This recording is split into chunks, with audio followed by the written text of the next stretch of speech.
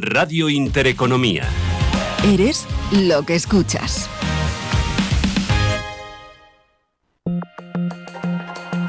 La dirección de Radio Intereconomía no se responsabiliza ni comparte necesariamente las opiniones y consejos de sus colaboradores o las realizadas por terceros ajenos a este programa.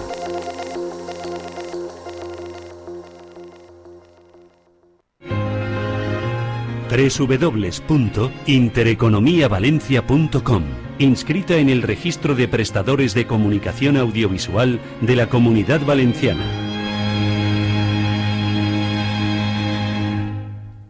Estás escuchando Radio Intereconomía Valencia, 107.1 FM. Aquí comienza Mañana es tarde, con Juanfran Barberá.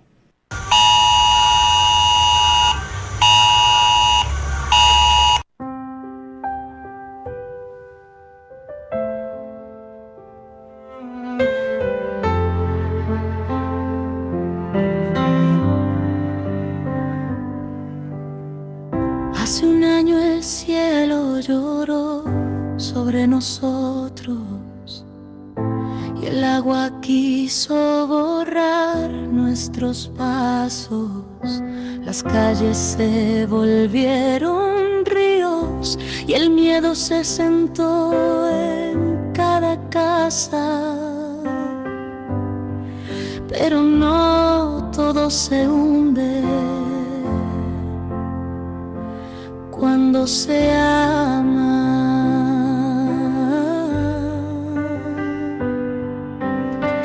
Entre el barro surgieron manos, miradas que no se dejaron vencer, vecinos que se hicieron hermanos y un pueblo que volvió a renacer.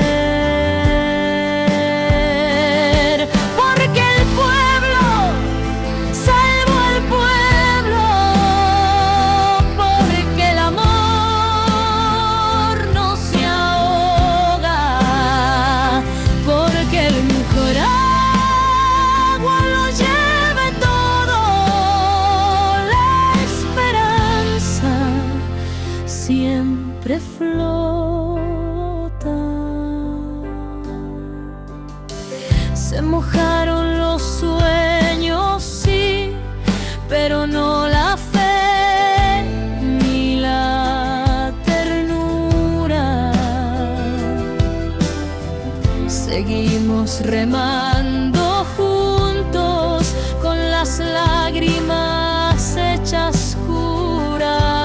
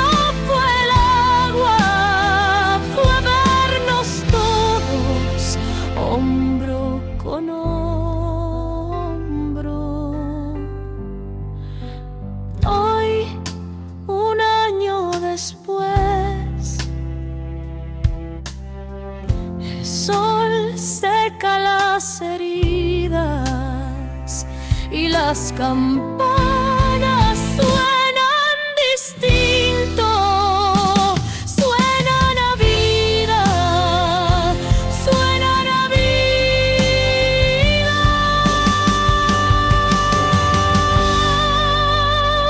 Y si hay alguna vez vuelve la tormenta, no temáis, que ya lo sabemos.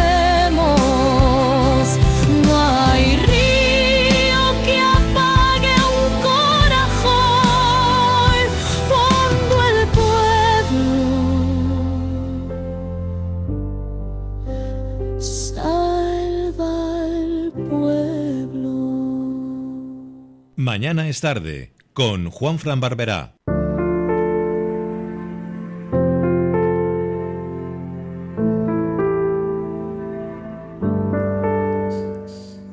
Bienvenidos todos a Mañana es tarde, el magazine de Radio Intereconomía Valencia. Un día muy especial, os vamos a acompañar hasta las 2 de la tarde hablando de historias, hablando de vida y hablando de cómo el pueblo salva al pueblo, como decía la canción con la que hemos comenzado el programa de hoy. Dicen que en los peores momentos aparecen las personas más grandes. Cuando el agua arrasó las calles y hogares, por ejemplo en Alfafar y en tantos pueblos de Valencia, hubo quien no se quedó mirando. Entre el barro, los muebles rotos y los coches apilados, surgió un aroma distinto. Sí, el del guiso caliente, el de pan recién hecho, la sopa que no solo alimenta el cuerpo, sino también el alma. Vamos a comenzar el programa de hoy hablando con Lola González.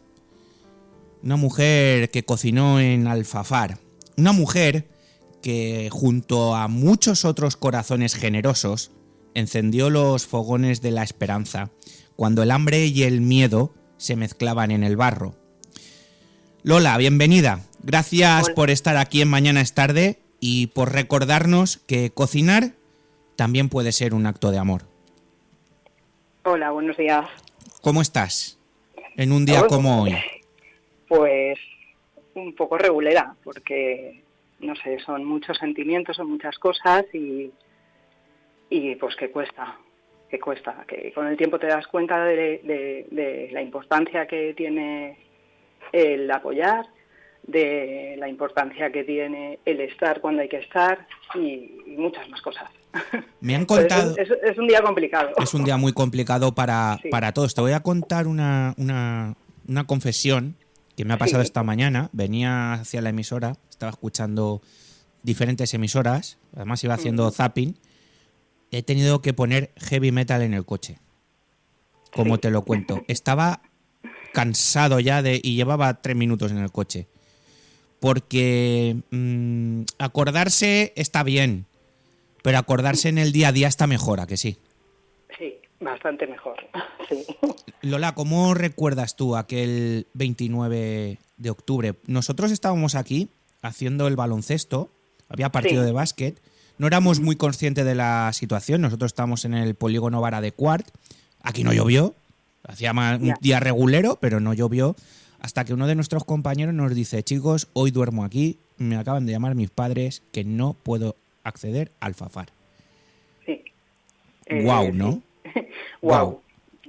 Yo recuerdo era un día muy gris, con muchísimo viento. Yo estaba trabajando en el local donde trabajo, y que es San David, y mi hermana vive en Alcublas, y allí llovía desde la noche anterior una barbaridad. Y sí que ese día sí que estaba súper pendiente, mandándome mensajes cada 2 por 3, oye, que llueve mucho, qué tal, que todo este agua de aquí va para allá, etcétera, ¿vale? Claro, conforme iba pasando la mañana, pues la cosa se iba agravando, evidentemente. Y al mediodía ya me dijo: oye, mira, el nene que no vaya esta tarde a clase, esto está muy mal, a mi sobrina la habían mandado para casa, que ella iba al instituto a Villar. Bueno, allí ya se había desbordado el Magro, bueno, lo que todos ya sabemos. Y luego pues fue aconteciendo pues todo lo que fue pasando durante la tarde, que pues eso, que vas viendo imágenes en la tele y dices: perdona, esto es así, esto está pasando, aquí no va a llegar, que no va a llegar, madre mía, sí, claro que llega. Y llegó y nos sorprendió y nos pilló a todos, no sé. Machoqueta, es que es así, es que sí, no... Sí, barro, es que aquí no coches... cayó una gota de agua, claro. Es que aquí no llovió nada. Yo soy de Alfafar, por suerte vivo en un segundo, pero claro, tengo un bajo, el bajo, pues imagínate, mi bajo entró pues 1,50 creo, o sea que... Un desastre, bueno. Un desastre, pero bueno. El motivo de sacar lo mejor de cada uno. Efectivamente, el motivo de llamarte Lola es porque sacaste lo mejor de ti. Y obligaste, entre comillas, a otros y a otras a sacar lo mejor de ellos. Porque habían colas de gente. Conforme pasaban los días, no llegaba la ayuda, no había luz, no había agua, no había nada. Pero claro, la gente necesita comer, ya no solo la gente que había sufrido las inclemencias, sino los propios voluntarios y voluntarias que se daban cita para ayudar, ¿no? ¿Cómo fue ese momento? ¿Qué sentiste al ver a toda la gente cansada y con hambre? Pues, ¿Y cómo te pones manos a la obra? Porque ahora contaremos qué es lo que hiciste. Sí, pues claro, yo soy muy inquieta y yo me puse a hacer lo mío. Claro, vamos a ver, yo soy damnificada también. Ya te digo, mi bajo estaba lleno se fueron mis sueños ahí, porque sí. Se fueron con mi bajo, con el agua, con el barro. Entonces, pero bueno, espero en algún momento retomarlos, que es lo que más me gustaría. Porque esto no nos para, ojo. Entonces, pues nada, yo vi que yo soy de Alfafar, en el Ayuntamiento de Alfafar pusieron en redes, pero nada, los poquitos días, yo creo que es lo que más vi así de actuar, claro, también es lo que más cerca te pilla. Pusieron que habían puesto un punto de cocina caliente, pues sí, vamos a ver, daban comida de la gente voluntaria que había donado, tal, sí, pero sí, es que si no tienes luz, ¿cómo cocinas? Claro. Y si no tienes gas, ¿cómo cocinas? Porque no es que solo era el barro, es que claro, el barro se llevó tuberías, instalaciones, etcétera, y mucha gente que tiene la ciudad no podía cocinar porque habían fugas de gas. Entonces, claro, es mucha gente y había muy poco. Y claro, a base de latas o de conservas, pues unos días vale, pero muchos días ya es un poco complicado. Y pues hay gente mayor que no puede bajar, que no puede salir. Bueno, la cuestión que el Ayuntamiento de Alfafar sí que puso un punto de cocina caliente. Yo por circunstancias conozco a gente en el Ayuntamiento de Alfafar, a mucha gente, ya te digo, yo soy aquí y siempre he tenido de negocio aquí y he colaborado siempre con todo lo que he podido y me he involucrado en el ámbito de cocina. Y hablé con la concejala, le mandé un mensaje, porque tengo su teléfono privado, le mandé un mensaje y le dije, mira, Amparo, yo necesito hacer algo, no puedo estar recogiendo barro. Yo necesito aportar mis manos para lo que haga falta. Y ella me dijo, bastante tienes tú, ¿qué tal? Que no. Digo, bueno, me da igual, contéstame cuando quieras. Me contestó a las tantas de la madrugada, porque ellos iban desbordados, evidentemente, como todos. Y al día siguiente o a los 2 días me dijo, mira, Lola, no te quería pedir porque sé la magnitud y sé en lo que ha afectado a tu familia, pero necesito unas manos para cocinar, porque el chico que ha montado aquí la cocina de caliente se tiene que marchar a Almería, que es donde él era, donde él está, porque él es de aquí de Valencia, pero se ha instalado allí y trabaja allí. Y fueron los que en un principio montaron el punto de caliente en el colegio de la Fila de Alfafar. Dice, se ha tenido que marchar a por género que le han donado, y aquí solamente que hay un chico cocinando y claro, digo, voy para allá, ahora mismo voy para allá. Me fui, allí que me planté, con mi mochilita, con mi delantal y mis botas, y dije, vengo a cocinar. Claro, pues es lo que empecé a hacer, pelar patatas, tal, lo que haga falta. Así hasta que llegó por la tarde el chico que había montado el punto de caliente, y me pude hablar con él. Y me dijo que si yo era de allí, le dije que sí conocía más sitios donde poder cocinar cocina de caliente para repartir a la gente. Y pues no sé, yo soy muy resolutiva. Entonces me puse a llamar por teléfono a gente y dije que sí, que conocía más sitios, pero no sabía en el estado en el que iban a estar, no sabía si se iba a poder cocinar en los locales, pero que sí, que conocía más sitios. Porque claro, esto siempre hay un yin y el yang, y yo te hablo desde lo personal y lo que yo vi. En muchos ayuntamientos sí que llegaban a muchos sitios, evidentemente pusieron también más puntos de cocina caliente, pero no se podía abastecer a todo. Y entonces pues tiramos por lo particular. Yo llamé a una amiga que tenía un local, le pregunté, una cafetería, le pregunté cómo estaba el estado de su local y que si podíamos ir allí a cocinar. me dijo que no sabía cómo estaba, que ella estaba desbordada, que patatín, bueno, lo que pasa. Cogí al chico de Almería y le dije, mira, esta está un poco en shock, no sabe por dónde tirar, tal cual. Digo, vámonos andando y vemos cómo está el local. Y si podemos allí hacer algo, hacemos. Y si no, pues nada, seguimos desde el punto en el que estamos. Porque claro, la gente que viene de fuera no se conocía la zona, no sabe qué zonas son las que están, las que hay mucha gente mayor, las que tal, ¿vale? Pero claro, cuando es de aquí, sabes más o menos en la zona de tal, hay mucha gente mayor porque son viviendas antiguas y no tienen ascensor, no pueden bajar, por lo que pasa. Total, que allí que nos fuimos a Benetússer, que está al lado. Nos costó de llegar la vida, porque claro, yo no había paseado por allí, porque tampoco era momento de pasear, y aquello era, madre de Dios, aquello era un desastre absoluto, era peor de lo que me imaginaba. Y cuando llegamos al local, más o menos se podía estar. O sea, habían limpiado, durante el día lo habían limpiado, se habían metido allí en plan a saco para poder montar otro punto de cocina caliente, y allí que nos metimos. O sea, conseguimos montar otro punto de cocina caliente en Benetússer. Y yo aluciné porque una cosa es que te donen que te donen alimentos, que te donen cosas, pero es que este chico que vino de Almería, que es el que montó todo el tinglao, que se llama Héctor, es, madre mía, ya una furgoneta llena de material para poder montar un punto de cocinado, con fogones, con bombonas de butano, con menaje de todo tipo, sartenes, cuchillos, o sea, todo. Y yo decía, pero macho, ¿esto qué es? ¿El bolsillo de Doraemon que no paras de sacar?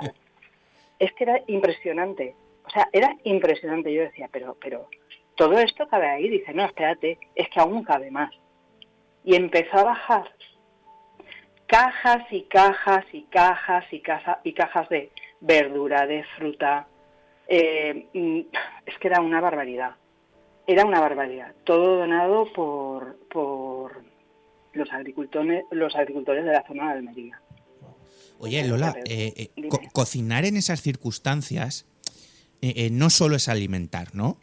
No. ¿Te dabas cuenta de que también estabas dando consuelo, que dabais cariño y un poco de esperanza con cada plato que servíais?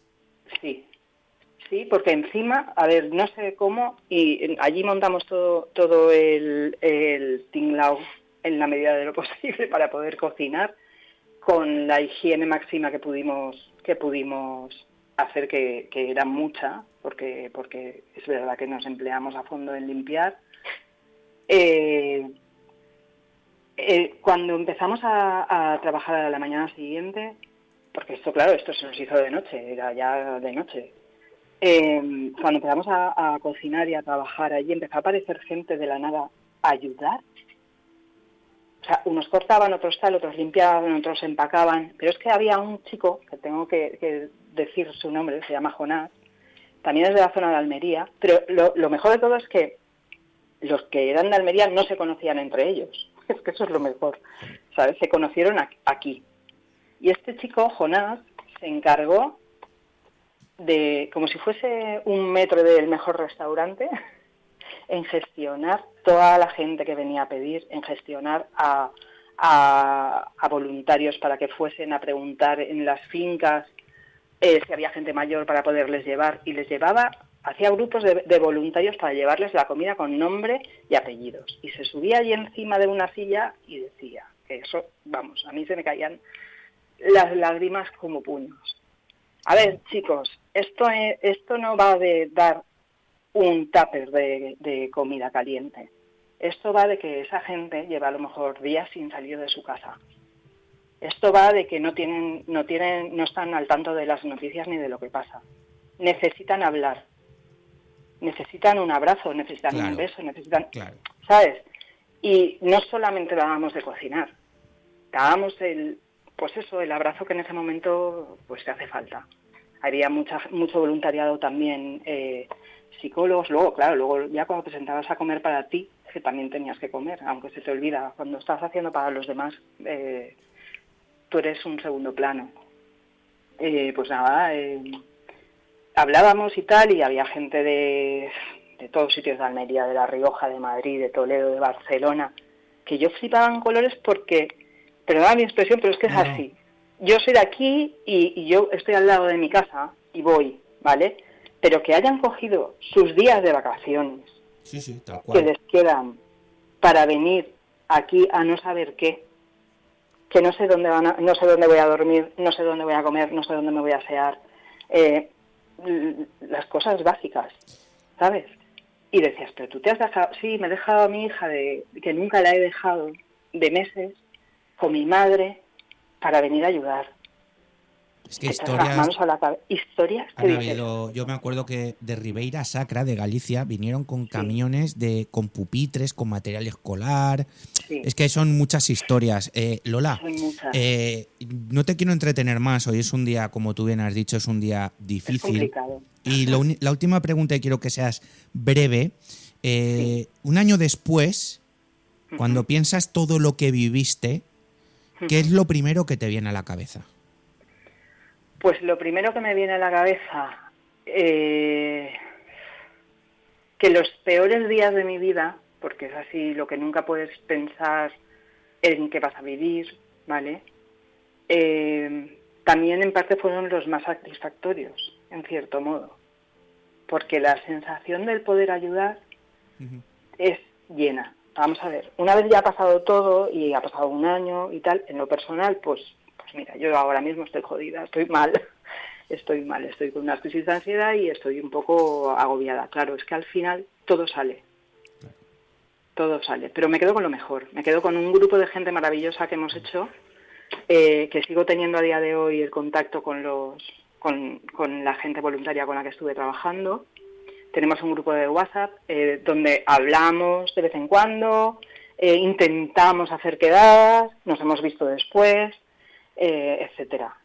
Entonces me quedo con todo eso. Pues... No me quedo con lo malo, me quedo con lo bueno. Claro que sí. Me quedo con lo bueno. Lola, y lo volvería a hacer. Es que no me cabe duda, después de escucharte este ratito, no me queda duda que eres una luchadora, que te quiero dar las gracias en nombre de todas las personas por cocinar, por cuidar a las personas, por demostrar que incluso entre el barro se pueden hacer los gestos más hermosos, porque aquellos días de miedo se transformaron gracias a ti y a tantos como tú y a toda la gente que os ayudaba en días de humanidad, en mayúsculas, negrita y subrayado, y porque cuando el agua lo arrasa todo, hay personas que encienden fuego y ese fuego no se apaga nunca. Lo acabas de decir tú.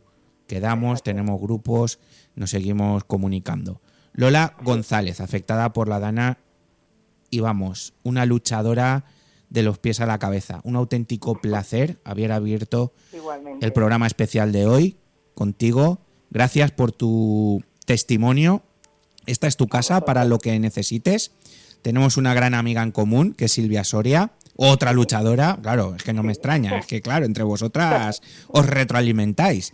Así por supuesto, hay que rodearse de lo mejor siempre. Además, de verdad. Así que, Lola, un abrazo muy grande, todo nuestro apoyo, y te mando toda la energía positiva en un día como el de hoy. Un abrazo, Lola.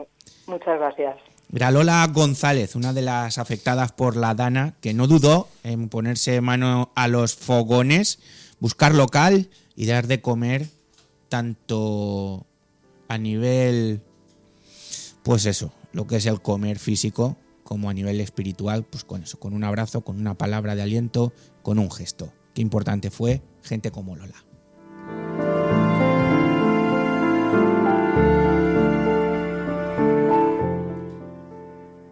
No po.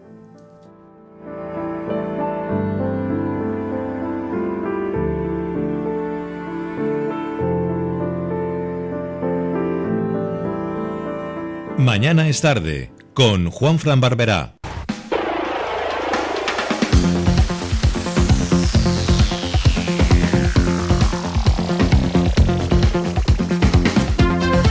Pues después del testimonio de Lola González, me he quedado No sé vosotros, pero bueno, hay que dar voz a esta gente. Ya os digo que no os perdáis la segunda parte del programa, que va a estar íntegramente dedicada a este 29 de octubre. Y tengo conmigo ya... Ah, mira, tenemos guerra aquí de ordenadores. Nacho Santos, ¿qué tal? Experto en motor. Sí, así es. Eso dicen. ¿Cómo estás? Muy bien, muy bien. Muy emocionado por una jornada como hoy. Sabes que dicen que los valencianos lo quemamos todo una vez al año para renacer de nuevo. Aquí fue el agua la que nos ha obligado a renacer y yo creo que ha sido una demostración de capacidad, de voluntad, de solidaridad de mucha gente que vino sin que la llamáramos y también hay que puntualizar de algunos que no creo que estuvieron a la altura, ¿no? Yo creo que gente hay que marcarla también para que no nos olvidemos y saber que no. Pues mira, hoy están todos en la Ciudad de las Ciencias. Lo digo por si alguien quiere ir a decirles cualquier cosita, porque van varios, ¿eh? Y me voy a retrotraer. Es que viene Zapatero, que fue el que paró las obras. Las obras de la hidráulicas. De Cheste, pero bueno, no te tengo que contar cómo estaba la entrada de Cheste al circuito. Pues mira, eso es uno de los temas, ¿no?, que hemos intentado tocar hoy, que no ha sido posible, pero sí. Que nadie se olvide de lo que nos pasó en Cheste, que se tuvo que suspender el Gran Premio porque no había accesos y no era el momento de hacer el Gran Premio, que era que creo que la resolución fue correcta, aunque era posible. Y bueno, las entradas para este Gran Premio nuevo están ya todas llenas. Pero esto no es solamente lo más importante, creo que lo tocaremos después. Vamos a hablar con una persona de una empresa que además se vio afectada por la Dana, ¿no? Porque es un barranco que pasa al lado y creo que ellos tuvieron que quedarse a dormir allí. Pero hablaremos también de coches, que es de lo que nosotros es nuestro momento. No te importa. Vamos a tener curiosidad. También, claro, te va a gustar, como siempre. Sí. ¿Me das un tip? Final de carrera. Llegada a meta, bandera a cuadros. Todos los que pasan bajo la bandera a cuadros han acabado la carrera. Esa no la vas a encontrar en internet. No, que no lo busco. Me están mandando fotos, Nacho, que están la gente escuchando el programa y me acaban de mandar una foto que se la voy a pasar a Atenea para cuando pueda que la ponga, porque hoy es un día en el que estamos todos un poquito emocionados con... Atenea fue damnificada. Atenea vive en Torrent, no te tengo que contar. Pues sí. Mis padres estaban en Calicanto. Mi compañero Alex Gomar, que lo estoy viendo ahora mismo, que está trabajando en la redacción de deportes para el programa, de Alfafar. O sea, no nos tienen que contar lo que vivimos aquí y es un día que estamos un poco...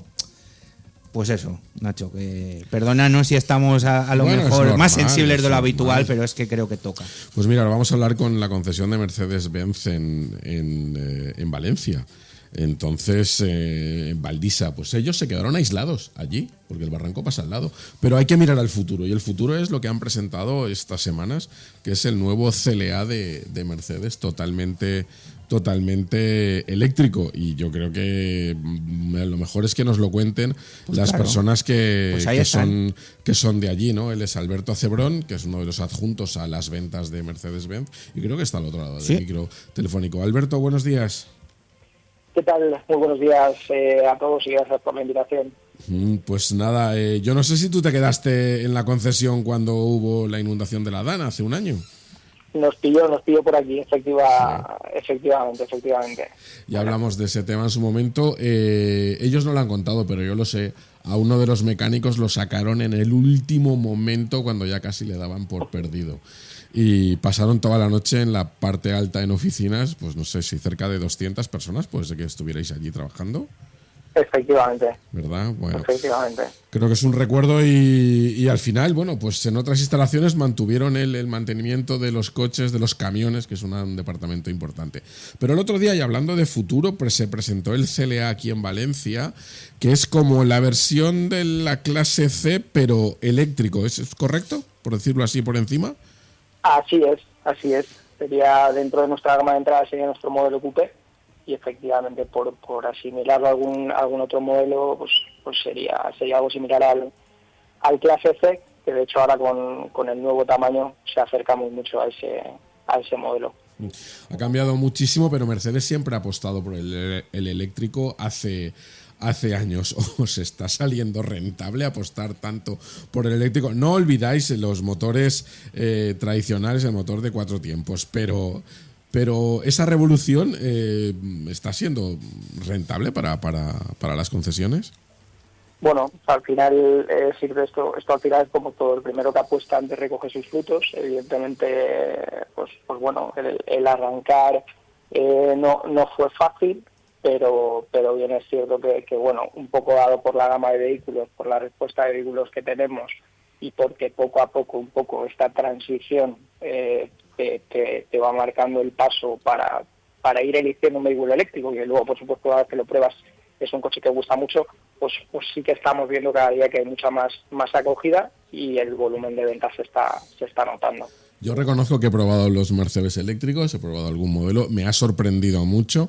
Hay que aprender a conducirlos si uno quiere que recarguen la batería, ¿verdad? Porque cuando frenas va recargando y bueno, se empezó con autonomías de 40 kilómetros en eléctrico para coches híbridos, 200 ya nos parecía muchísimo, 450 ya nos parecía una autonomía, bueno, ya considerable para empezar a pensar en llegar un poco más lejos. ¿Qué autonomía va a tener este nuevo modelo que sale ahora en el 25-26?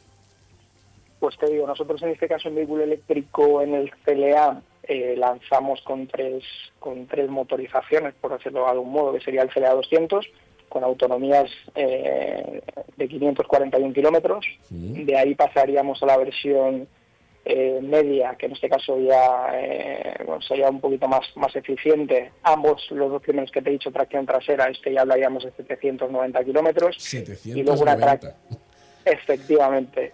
Y luego pasaríamos a otro vehículo, que en este caso pues un poquito más, y es un tracción total, que sería el 350, donde nos metemos también en 770 kilómetros de autonomía, con lo cual, pues bueno, ya estamos hablando en este caso, si conoces tú en tu caso, Nacho, un poco la gama, pues autonomías de lo que teníamos en un EQS.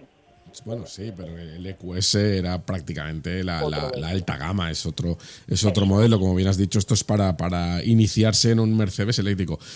A la hora de iniciarse en Mercedes, los precios es fundamental. ¿Sobre qué precio podemos pensar en tener un CLA eléctrico de Mercedes-Benz? Precios de salida en este caso en CLA desde los 48 más iban adelante, luego en función del equipamiento. Lo que sí es cierto que, bueno, pues al final, como decíamos, hemos apostado desde el principio y seguimos apostando más en este lanzamiento. Pues tenemos una campaña de lanzamiento con cuotas desde los 395 euros, con coches, en este caso, muy bien equipados, ¿vale? No hablamos de un coche básico, un coche de entrada, sino ya hablamos de un coche con acabado AMC, en fin, un coche bastante equipado, ¿vale? De 395 cuotas para particulares, 295 en este caso cuotas para empresas. Me llamó mucho la atención en la presentación los interiores del coche, el sistema de información, aunque muchas veces se le llama entretenimiento de información, también puede trabajar con inteligencia artificial. La pantalla es soberanamente grande, lo reconozco, tiene una columna central que separa a los dos conductores, bueno, el conductor y al copiloto, pero sí que da una sensación sobre todo de ese estilo Mercedes-Benz. ¿Esto cómo demonios se consigue? Que entres dentro de un coche, aunque estés con los ojos cerrados, digas, esto es un Mercedes. Bueno, esto tenemos que dar las gracias a la gente de diseño, pero efectivamente lo que sí notamos en este caso, pues ya como bien tú dices, pues las pantallas, las características de la nueva gama de Mercedes. En este caso con la Super Screen que pudiste ver tú en la presentación, pues nos metemos en Estaba para robarlo, que lo sepas, ¿eh? Estaba para robar el coche. Bueno, ya sabes que tanto tú como los que nos escuchan, bueno, tenemos unidades de prueba para poder ver la exposición, en fin, o sea que están más que invitados y por supuesto de igual manera tú en este caso. Bueno, ya te digo, en este caso, por resumir el coche, efectivamente, en el interior yo te diría un avance en cuanto a tecnología muy muy grande, y luego la parte exterior que creo que también te llamaría la atención, sí. Pues bueno, una parrilla muy característica de una nueva gama que va a entrar digamos el lanzamiento de lo que vendrá a partir de ahora, una línea de ópticas pues eso, que también es muy muy atractiva, manetas enrasadas, lo he dicho también, de modelos en efecto muy aerodinámico gama, eso es. Ya te digo, es un coche que simplemente el verlo parado gusta y gusta mucho. Lo que yo tengo dudas, Alberto, es ¿a qué perfil va dirigido este coche? Porque lo que me llamó mucho la atención es que quienes más se fijaban eran gente muy joven. Muy joven para pensar en un Mercedes eléctrico. Creo yo, igual mi percepción está equivocada, pero estaba viendo gente de menos de 30 años que era quien más les llamaba la atención el coche. No sé si es el perfil que vosotros pensáis dirigir las ventas. En este caso, ya te digo, no te diría que hay un perfil único. O sea, bien es cierto que bueno, pues la apariencia al final hace que poco a poco vayamos cambiando ese perfil que teníamos inicial de Mercedes, ¿no? Un coche pues, quizás más clásico, más tradicional. Eso yo creo que con el tiempo hemos ido viendo un rediseño efectivamente de la marca. Pues bueno, pues poco a poco también te va acercando ese perfil a este tipo de vehículo, que quizás lo teníamos un poco más focalizado a lo mejor en gama como podía ser a lo mejor un clase A, ¿vale? Pues al final que lo puedas dirigir también a este segmento, que ya te digo, siendo un segmento compacto, con el nuevo rediseño de la gama, pues al final te acerca a otro tipo de gama de la marca. El coche llama la atención. Bueno, Alberto Ladrón, que es de Valdisa, la concesión en Valencia, que hace un año estabais encerrados allí y ahora nos habéis presentado el futuro más inmediato, que es el CLA eléctrico. Muchas gracias por atender a nuestros micrófonos, a los de Intereconomía Valencia. Gracias a vosotros. Ahí está, hay que tener en cuenta 790 kilómetros de autonomía, ¿eh? Se dice pronto. Ya, es que ya te vas a Madrid y vuelves casi. Bueno, lo que no tengo es el dinero. Eso es un tecnicismo. La autonomía sí. Eso es un tecnicismo. No. Ahora te daré una buena noticia que te va a gustar. Venga, va. Bueno, hay que recordar, Nacho, como bien has dicho, que esta empresa sufrió también los desastres lo pasaron muy mal con un mecánico que lo sacaron, un chaval joven lo saca y no tuvieron bajas. La verdad que pasaron la noche, sus familiares lo pasaron mal porque no sabían nada de ellos, no había conexión telefónica, no había conexión a internet y bueno, al final se arregló todo, pero tuvieron que arrancar a pie desde la pista de Silla hasta Valencia y luego ya la Guardia Civil con todos los otros coches que estaban sembrados allí. Fue bastante duro. Pero vamos a hablar de una curiosidad que seguro que venga, vamos allá. Uno acaba la carrera con coches, con motos, con tractores, que también las hay, que lo sepas, ¿me entiendes? Y con cavasolas. No, y me contaste una de triciclos, de patinetes, me has contado la de patinetes, sí, me contaste. También eléctricos, sí. Aquí, el que no corre vuela. De mulas mecánicas, que se hace una aquí en la Comunidad Valenciana. ¿De mulas? El campeonato mundial de mulas mecánicas. Pero de mulas desde el ese es de Raure. Por eso también estáis en la Comunidad Valenciana. Pero me tienes que llevar, Nacho. Esto, pues, si lo hacen de noche es peligroso, pero igual no volvemos. Pero lo más curioso de todo es lo que te voy a contar. Tú vas en coche y vas hacia adelante, ¿no? Corres, te subes en una competición, en motos arrancas y vas hacia adelante. Pero si uno entra marcha atrás, ¿clasifica o no clasifica? Esa no te lo habías. Si echas marcha atrás es que vas marcha adelante atrás. Claro, ahora te contaré por qué no es tan fácil como parece. Escucha, vamos a ver. Mi pregunta es: si yo voy con el coche, hago un trompo, claro, y tengo que poner marcha atrás para entrar, es una cosa. Y otra cosa es si voy al revés. Claro, ahora te lo explicaré todo. Bueno, pues ahora no lo explicará Nacho. Más cositas, Nacho. Bueno, tenemos ahí unos temas y es que, bueno, el circuito sufrió la dana también. Como hemos dicho, se bloqueó el acceso, se quedaron un montón de empresas ahí dentro. Pero la noticia de esta semana en el circuito, aparte que tenemos la Fórmula E este fin de semana, bueno, jueves y viernes, para los que quieran ir, que son de acceso libre, para ver a los fórmulas eléctricos. En el circuito ayer se entregaron 27 coches de esa fórmula que están haciendo para entregar coches por la dana. Llevan ya 550 coches, pero lo que tenemos es el anuncio que dijo Marc Márquez, finalmente, que ya sabíamos lo que podía pasar. Lo dije, el día que vi la caída dije, esto tiene muy mala pinta, y al final el propio Marc lo ha confirmado. Hola a todos, os grabo este vídeo para contaros que esta semana he tenido una nueva revisión con los doctores para revisar la fijación de la fractura del coracoides y la reconstrucción de los ligamentos acromioclaviculares, y pensándolo bien, analizando toda la situación, Creemos que lo más adecuado, inteligente y coherente es priorizar sobre todo y respetar los plazos biológicos que necesita el cuerpo. Esto significa que no poder competir esta temporada ni estar en el test de Valencia. Una pena, porque me hubiera encantado estar en Valencia como espectador disfrutando de MotoGP, pero dicho esto, sabemos que nos toca un invierno una vez más duro, pero listos para trabajar y recuperar este brazo, esta musculatura para estar al máximo el 2026, pero esto no puede empañar que este año ya hemos conseguido el gran objetivo, que era el Campeonato del Mundo, que lo vamos a celebrar. Pronto también tendréis noticias sobre esto y agradecer a todo el mundo los mensajes de apoyo, a todos los patrocinadores, especialmente a Ducati, que me ha comprendido perfectamente y están de acuerdo con... Bueno, ya sabes, no va a poder correr en Cheste. Ni va a hacer una vueltecilla de honor, aunque lo podría llevar Alex.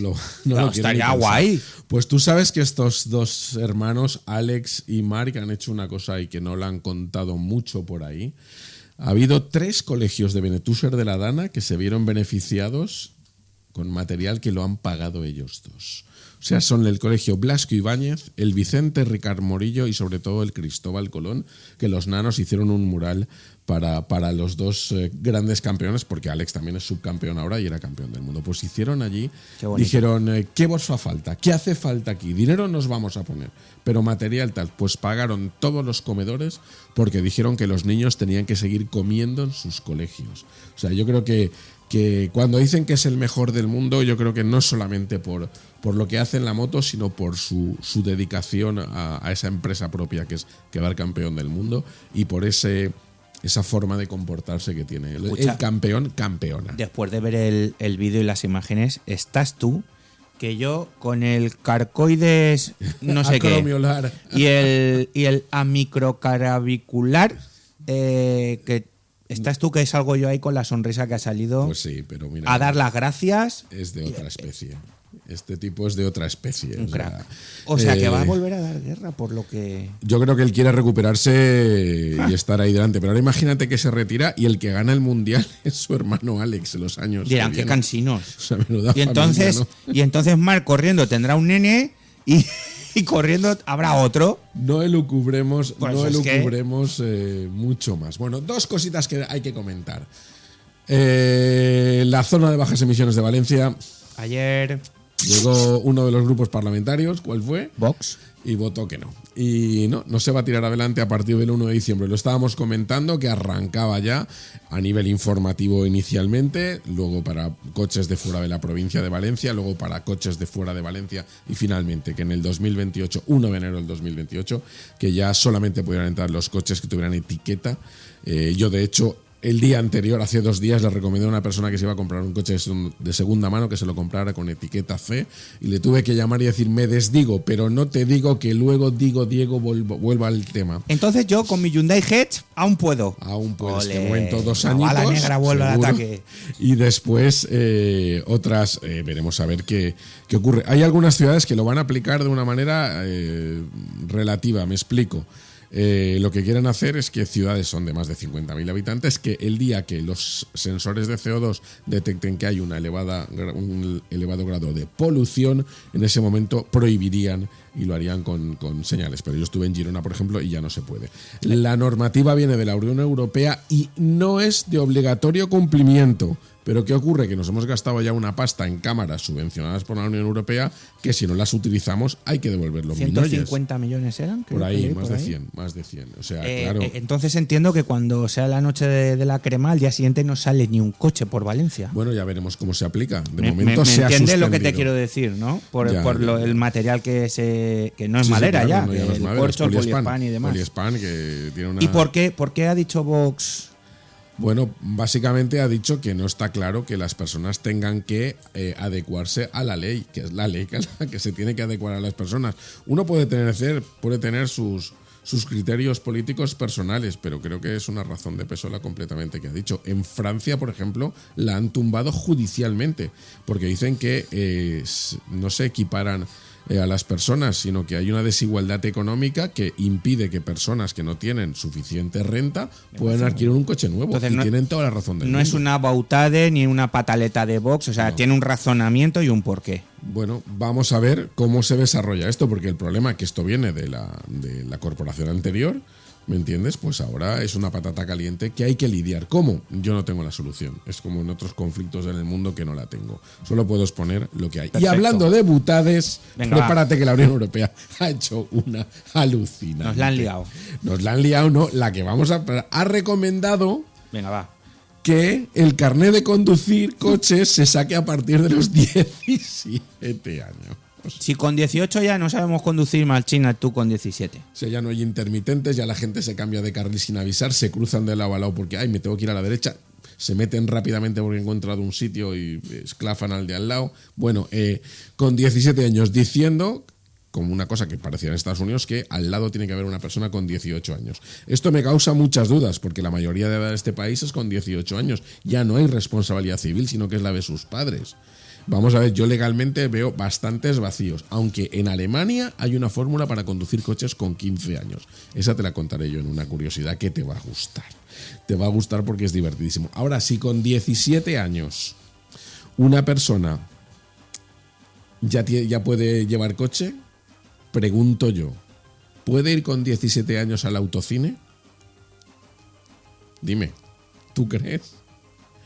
Ya. ¿Tú has ido al autocine con 17 años Y con en un menos, coche? pero sin conducir yo. Vale. Claro. El coche es el tercer hábitat. Vale. Yo no digo nada. Yo. Oye, Ahí lo que dejamos. Yo sé de gente que ha ido al autocine y no ha visto la película, ¿eh? Ni te cuento. Ya. O sea, si con 17 años estás dejando a la gente conducir, ir al autocine. ¿No? De todas maneras, hablar por hablar. La fórmula que se emplea en Estados Unidos de que si vas acompañado por un adulto con carné, puedes ir conduciendo para hacer las prácticas y demás, ¿eso sería una buena solución? Vamos a ver, si tú vieras, los estados son diferentes. Cada estado tiene su forma de trabajar. Pero hay estados que para sacarte el carnet tienes que dar la vuelta a una manzana y aparcar. Y con eso ya tienes el carnet de conducir. No te cuento. ¿Me entiendes? Ahora, la otra es si con 17 años ya te puedes sacar el carnet, con la carencia que tenemos de examinadores, especialmente en Valencia, yo creo que puedes presentar la solicitud con 17 años y que te concedan una fecha del examen con 21. Porque es que no hay examinadores suficientes. O sea, tú puedes regular, pero tienes que dotar al sistema para que eso funcione. Entonces, claro. Me parece una completa butada de mucho cuidado, que no somos Alemania, que no somos Finlandia. ¿Te imaginas a los italianos en Nápoles con 17 años y el carné de coche? No lo quiero ni pensar. O sea, pueden coger la Rambla de los Catalanes, que es una calle que está en Nápoles, y hacerla 200. Pero en Nápoles ya sabes tú cómo conducen, y en Grecia ni te cuento. Y en Roma, que dicen que los semáforos son indicativos. Bueno, no tiene más importancia. Ya hemos visto Márquez, lo que han hecho con los colegios, la CBA, que se ha echado atrás por el voto de Vox en el pleno de la Corporación Municipal de Valencia, y el carné con 17 años, no sé, Dios no lo vea. Bueno, vamos a ver qué nos va a resolver, Nacho, si podemos entrar en meta. Marcha atrás. Bueno, se puede entrar en meta marcha atrás en una carrera de coches, de motos, de barcas, de lo que sea. Bueno, el reglamento dice que tienes que atravesar la línea de salida, la línea de llegada, en contacto con el vehículo. Eso es lo que dice. Y da igual que vayas marcha atrás o marcha antes. Lo que no puedes es hacer toda la vuelta marcha atrás. Tú puedes tener un impacto con alguien, hacer un trompo y caer marcha atrás. O incluso ha habido carreras de motos donde han caído dos contrincantes que han chocado entre ellos y han entrado arrastrándose. Es más, ha habido carreras de Fórmula 1 muy famosas donde los pilotos se quedaron sin gasolina y atravesaron la línea de llegada empujando el coche. Ahora eso ya no está permitido. Es más, si tú entras con el coche y no tienes un mínimo de gasolina para hacer unos análisis obligatorios por parte de los comisarios técnicos, también quedarías descalificado. Pero sí que se podía y sí que se puede. La normativa con las motos ha cambiado en los últimos años. Ya no hay que entrar en contacto con la moto, porque se dedujo que como llevan un sistema de emisión de señal para contabilizar el cronometraje, ya no hace falta. Pero yo he visto carreras con sidecars empujando, con coches entrando por inercia, con coches Trata de entrando marcha arrancarlo, atrás, Carlos, trata de y arrancarlo. con motos estampadas arrastrando. Y sí, yo he visto carreras de entrar el coche marcha atrás por un accidente. También sé de otro que lo hizo marcha atrás, exprofeso, y a ese sí que se lo cargaron por conducción. Por listo. Ala. Bueno, pues Nacho, que muchas gracias, como siempre. Ya veremos. Hace un año de muchos coches que se perdieron, esa imagen de los coches amontonados es inevitable que no la tengamos. También hubo mucha gente que se portó mal. Aquí hubo un comando de delincuentes que vino a robar llantas de coches de lujo y los pillaron. Tenían 2 camiones cargados de llantas de coches de lujo. Así los pillaron, me acuerdo. Sí. Y bueno, pues sí. Y los catalizadores también estaban. Catalizadores y muchas piezas que, bueno, que no está bien. Pero bueno, dentro de la desgracia siempre hay un espabilado que se cree que lo tiene más. A mí lo que me llama la atención es lo de los 2 hermanos Márquez de los 3 colegios. El Blasco Ibáñez, el Vicente Ricard Borillo y el Cristóbal Colón, que han puesto su pasta para comprarles, para dotar el comedor de los colegios. Pues una gran acción. Nacho, gracias. Semana que viene más. Nos vamos al informativo.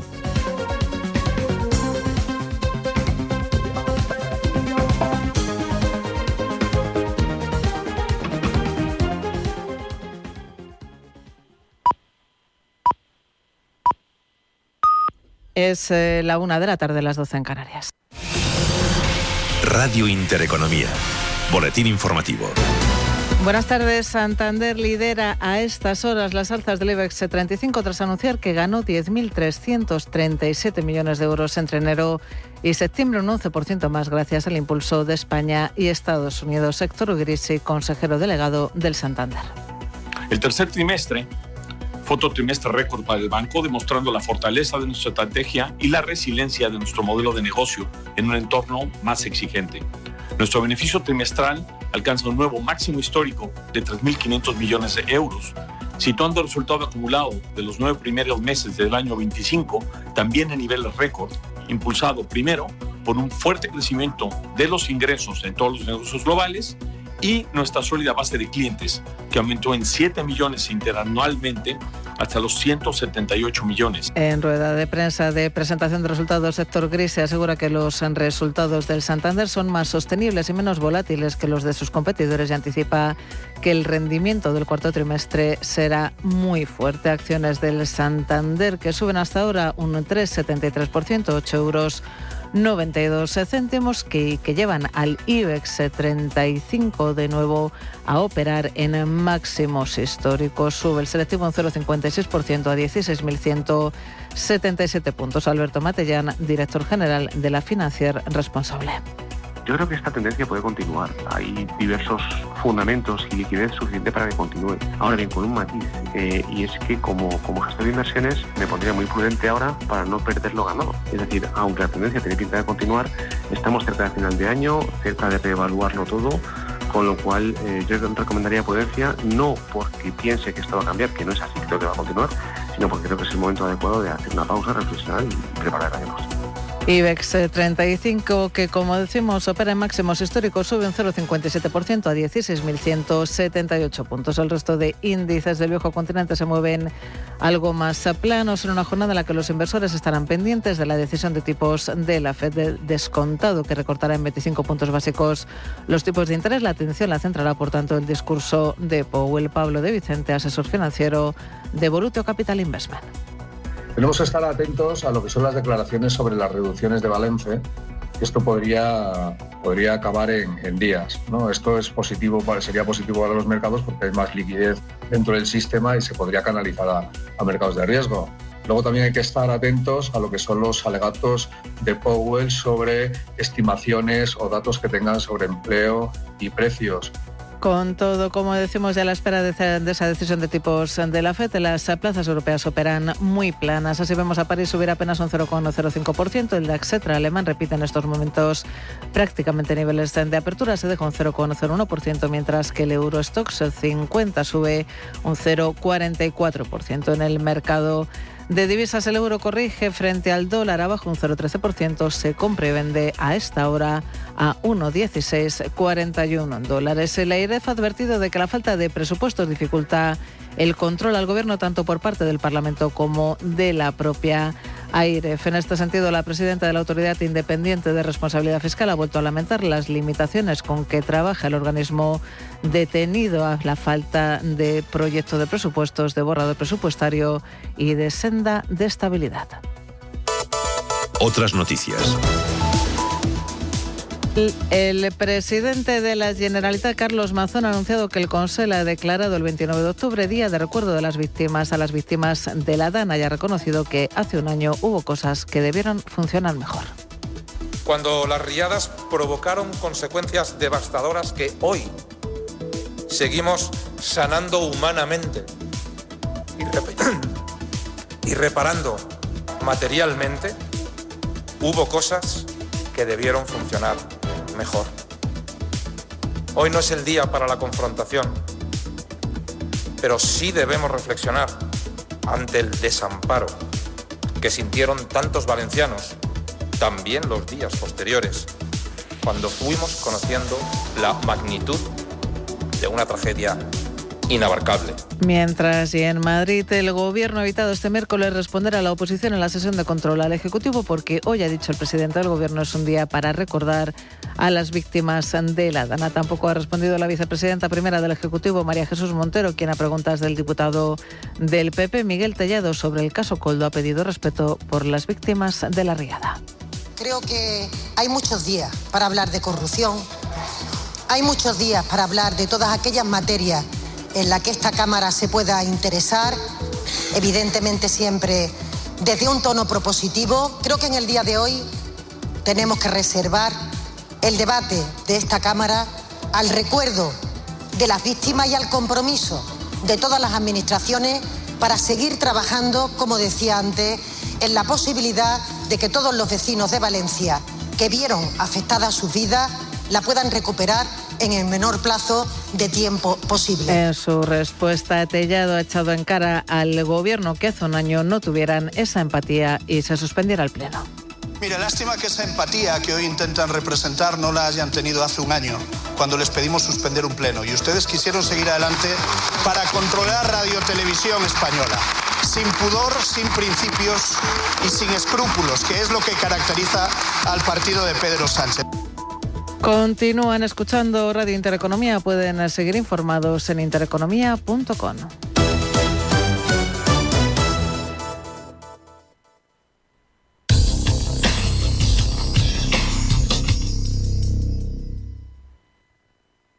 Radio Intereconomía. Del 27 al 1 de noviembre celebra Halloween en Mundo Marino. Ven al Varadero de Valencia y apúntate para zarpar el 1 de noviembre a las 17 horas. Puesta de sol terroríficamente divertida con DJ de muerte. Apúntate en mundomarino.es. Una escapada en pareja, una aventura en familia y con mascota, una cita de negocios, una quedada con amigos o simplemente porque tú lo vales. Cualquier motivo sirve para sacar tu lado más casual, ponerte en modo viaje y disfrutar de una experiencia tematizada en Casual Hoteles. Hazte bicasual y consigue un 10% de descuento. Casual Hoteles. Elige destino. Elige tu tema. casualhoteles.com. Nemetízate. ¿Tu próximo coche? Descubre los SUV de Evo, completamente equipados, etiqueta eco y un precio sorprendente. Entra en auto-evo.es y emociónate con nuestra gama a partir de 15.900 euros. Evo, pensando en las personas. Precio sujeto a financiación con CA Autobank. Automóviles Nemesio en Torrent. Nemetízate. Nemetízate. Hay arroces. Y arroces. En Granja Santa Creu disfrutarás del auténtico sabor de los arroces valencianos, elaborados al estilo tradicional con el excelente arroz bomba, rodeado de espléndidos jardines en un entorno tranquilo. Restaurante Granja Santa Creu, especialistas en arroces y cocina de mercado. Autovía de Muz, salida 16. Urbanización Montesano, San Antonio de Benajever. Abierto de martes a domingo. Reservas en el 96-274-0056. Respira, contempla, pasea en Biopark y disfruta las actividades gratuitas en uno de los mejores parques de animales del mundo. Experiencias Biopark. Iniciación a la locución de Julio Madrigal. Edita Upworks Altaveu. Ya a la venta en librerías y Amazon. Mañana es tarde, con Juanfran Barberá.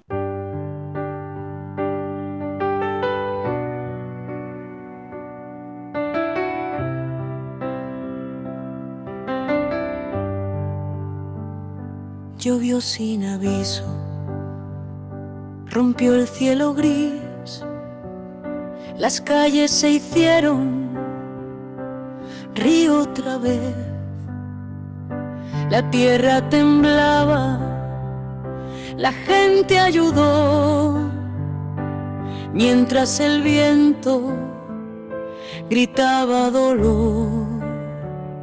Llegaron promesas desde un despacho, palabras de urgencia de radio y de flash, pero el barro seguía en cada tejado y el alma del pueblo volvía a empezar.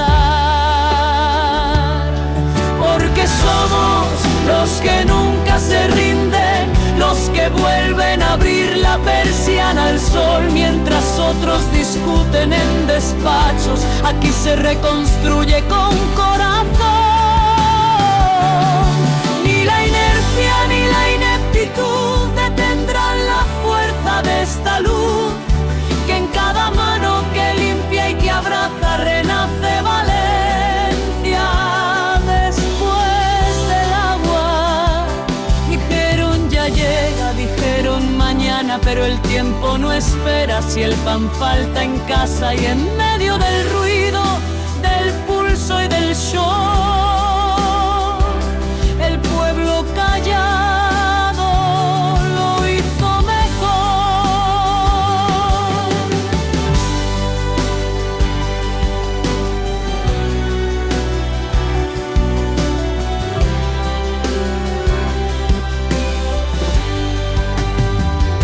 Las botas, el barro, el alma entera, reconstruyendo lo que el agua se lleva.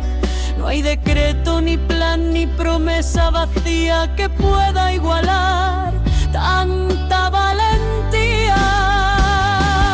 Porque somos los que nunca se rinden, los que siembran futuro entre el lodo y la sal, que gobiernen los que quieran las palabras. Aquí gobierna la fuerza vital. Ni el olvido ni la ineptitud detendrán la voz de esta virtud, que en cada casa, en cada mirada florece Valencia después del agua. Porque las tormentas pasan, pero la dignidad del pueblo valenciano esa nunca se inunda.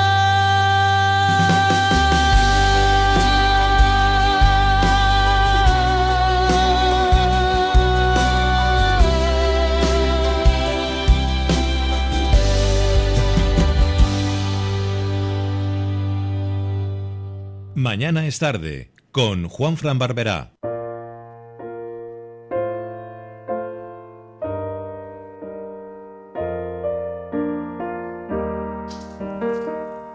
Octubre de 2024. La Dana golpea con fuerza a la Comunidad Valenciana. En Paiporta, las calles se convierten en ríos, los hogares en refugios improvisados, y el silencio del miedo se mezcla con el sonido del agua arrasándolo todo.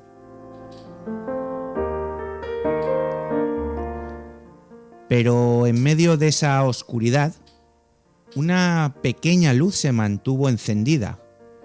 En la parroquia de San Ramón Nonato, el agua lo cubrió todo. Todo menos... bueno, luego lo contaremos. Dicen que los milagros no solo suceden, los milagros se viven. Y quien los vive suele convertirse en instrumento de esperanza.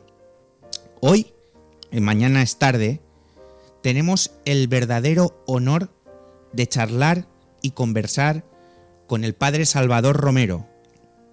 Él fue párroco de Paiporta, él fue testigo directo de todo lo que allí ocurrió. Y se trata de un alma incansable de la reconstrucción, tanto material como espiritual.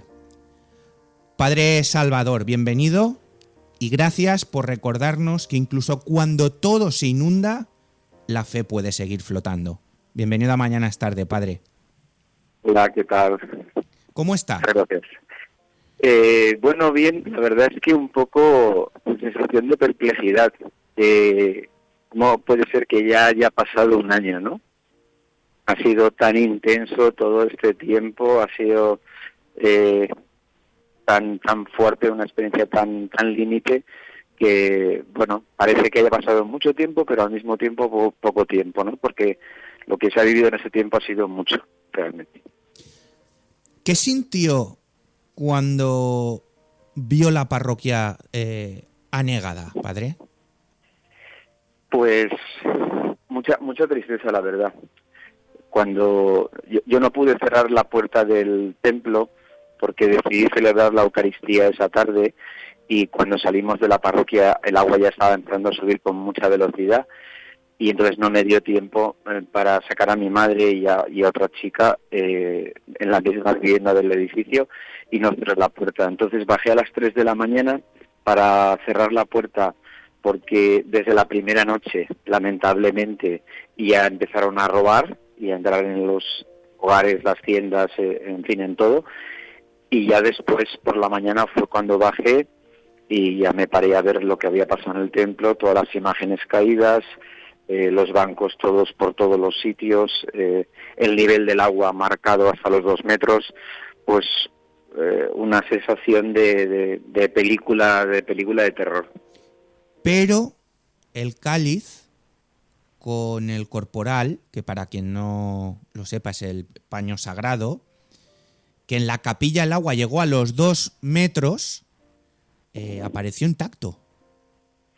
Sí, yo había dejado después, como dije, de decidir celebrar la misa. Cuando les di de comulgar teníamos el agua por debajo de las rodillas, y al finalizar la Eucaristía, que ya empezó el agua a subir con mucha velocidad, yo cogí el cáliz, lo dejé en la mesa que estaba en la sacristía y ya nos fuimos corriendo hacia la vivienda.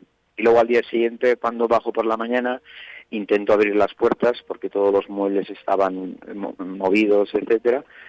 Como pude, empujé la puerta de la sacristía porque la mesa se había venido hacia la puerta, y allí yo había dejado encima de la mesa muchas cosas que, para mi sorpresa, estaban manchadas de barro, un misal, distintos objetos, y cuando me fijo en el cáliz y el corporal estaban totalmente blancos. Don Salvador, usted, ya lo hemos dicho en la introducción, usted fue el párroco de Paiporta en ese mal momento, pero ¿qué sintió su corazón cuando comprendió que el lugar más sagrado del templo había quedado protegido? Pues la verdad es que todo este tipo de experiencias te permiten darte cuenta de que la palabra de Dios siempre se cumple, es real, es viva y es permanente para todo tiempo, ¿no? Y entonces, en todo esto hemos visto la presencia de Dios todos los días, y en ese momento que vi el corporal blanco, para mí fue una confirmación de las palabras de Jesús en el Evangelio de San Juan: estaré con vosotros todos los días hasta el fin del mundo. Y Jesús está sobre todo en la Eucaristía. Estamos viendo imágenes de usted, porque también decidió montar un centro para ayudar a las personas.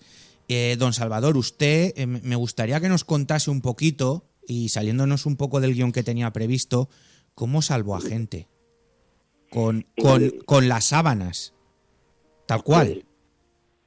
Sí, bueno, la verdad es que esa misma noche tuve que bajar cuando el agua estaba en 2 metros para ayudar a 6 mujeres que estaban como encaramadas en una pared de la iglesia, y cuando el agua estaba en 2 metros, pues me habían avisado desde Valencia que habían 6 mujeres allí, y entonces bajé a buscarlas, ¿no?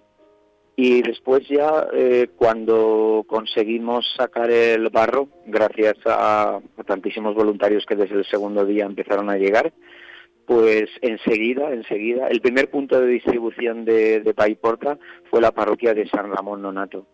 empezaron a llegar no solo la ayuda humana, sino la ayuda material, personal, de las personas que se movieron, furgonetas, coches, vehículos, porque nosotros estuvimos 2 días sin agua potable, 5 días sin electricidad y sin agua corriente.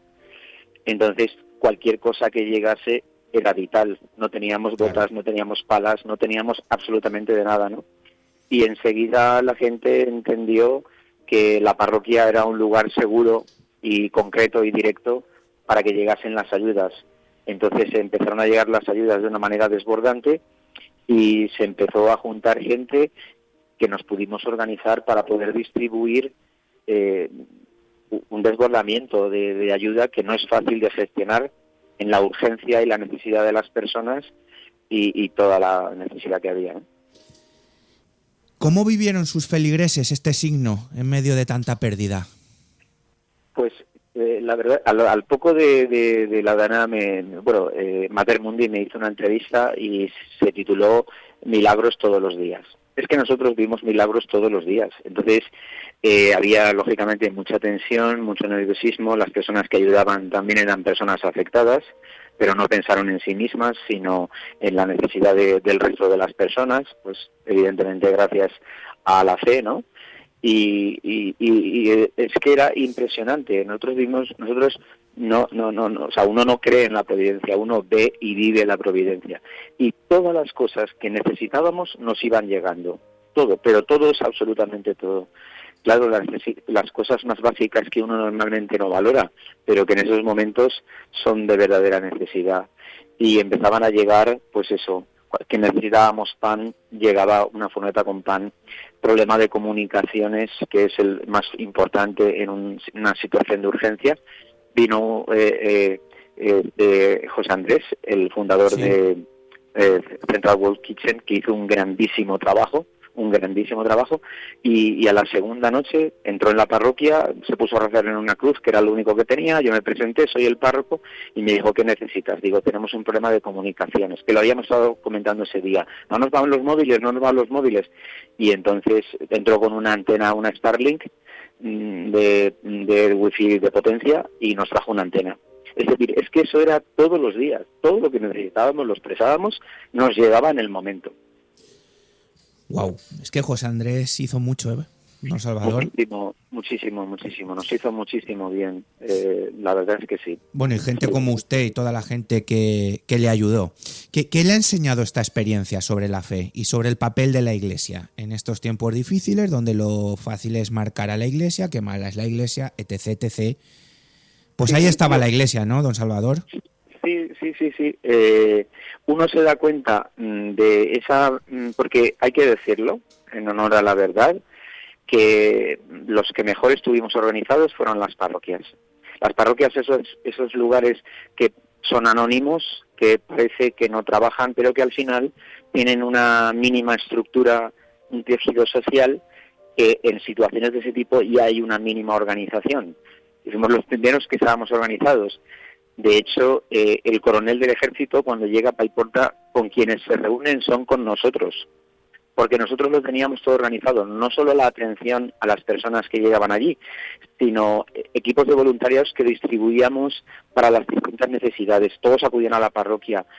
Teníamos equipos de personas para las personas que estaban en edificios, con todos los ascensores, evidentemente, sin tener actividad.